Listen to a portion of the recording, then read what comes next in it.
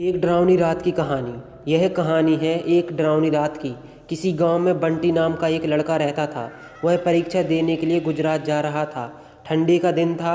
चारों तरफ से कोहरा छाया हुआ था। आमने सामने भी कोई नहीं दिख रहा था। पूरे 15 घंटे के बाद वह गुजरात पहुंच गया था। परीक्षा अगले दिन थी, इसलिए वह एक होटल में रहने के लिए पहुंचा। रात हो गई थी और कहीं भी उसे उसके बजट में सस्ता होटल मिल नहीं रहा था। काफ़ी ढूंढने के बाद उसे एक सस्ता होटल मिला। वह उस होटल में एक कमरा बुक करवाया और जब वह कमरे में गया तो देखा कि कमरे के चारों तरफ जाले लगे हुए थे।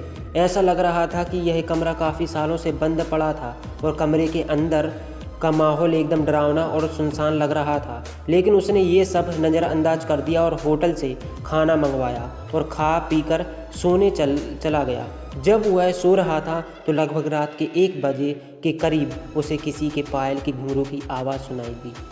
वह रात बंटी तुरंत नींद से उठ गया और जल्दी से खिड़की के पास गया, ये पता करने के लिए कि कौन इतनी रात को किसकी पायल की आवाज़ सुनाई दे रही है और इस सुनसान रास्ते में कौन आधी रात को घूम रहा है।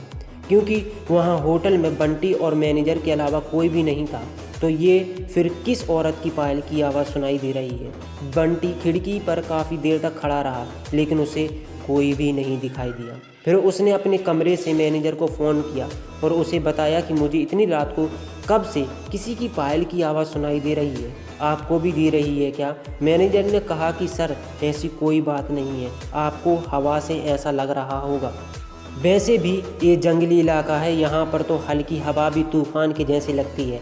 आप सो जाइए, ऐसा कोई बात नहीं है। बंटी मैनेजर की बात पर भरोसा करके फिर से सोने चला गया।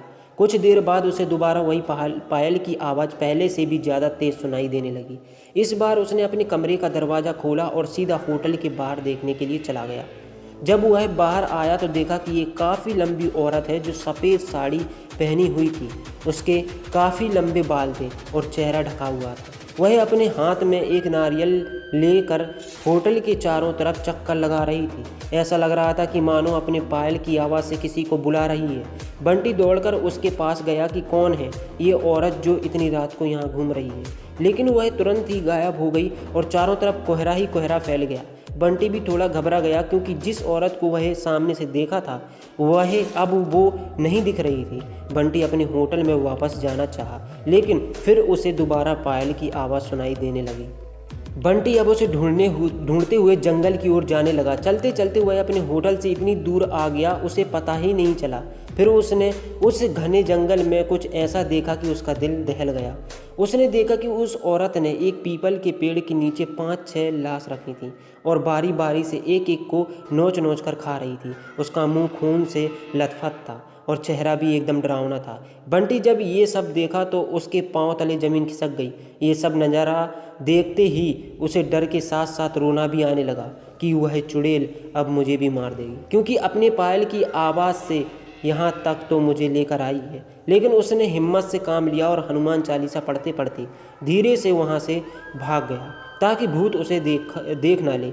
लेकिन भूत तो भूत होते हैं। बंटी जैसे ही वहाँ से भागने की कोशिश किया, वो चुड़ैल अचानक उसके सामने आ गई और उसे इशारों से अपने अड्डे पर जाने लगी जहाँ पर उसने लाशें रखी थी। बंटी हनुमान जी जाप करके इतनी तेज़ी से वहाँ से भागा कि मानो जैसे उसके अंदर किसी की शक्ति आ गई हो। भागते भागते सीधा अपने होटल वापस पहुँच गया। वहाँ थोड़ी देर रुका तो उसे एक आदमी दिखाई दिया। उसे देखकर ऐसा लग रहा था कि ये अच्छा आदमी है। वह बंटी के पास आकर बोला, अरे भाई, क्या हुआ, तुम्हें इतना डरे हुए क्यों हो? बंटी ने सारा किस्सा उस आदमी को सुनाया तो उसने बताया कि भाई, तुम बहुत किस्मत वाले हो कि आज तुम बच गए।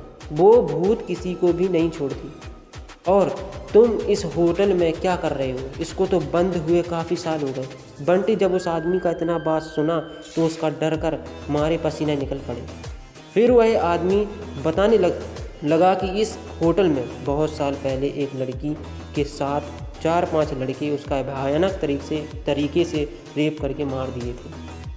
लड़की तो मर गई लेकिन किसी को भी नहीं छोड़ी, और जो भी रात के समय में इस रास्ते से गुजरता है सबको अपने कब्जे में कर लेती है और मार देती है। और कुछ दिन बाद इस होटल पर पुलिस का छापा पड़ा, तब से ये होटल बंद है। बंटी जब उस आदमी की पूरी बातें सुना तो वह बहुत ज़ोर ज़ोर से रोने लगा, ये सोचकर कि आज मैं मर जाता।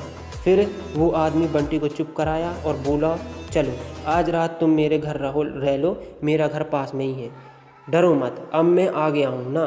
बंटी उस आदमी को धन्यवाद किया और उसके साथ उसके घर चला गया और अपने आप से एक वादा किया कि आज के बाद वह भूल कर भी कभी अनजान जगह पर नहीं जाएगा।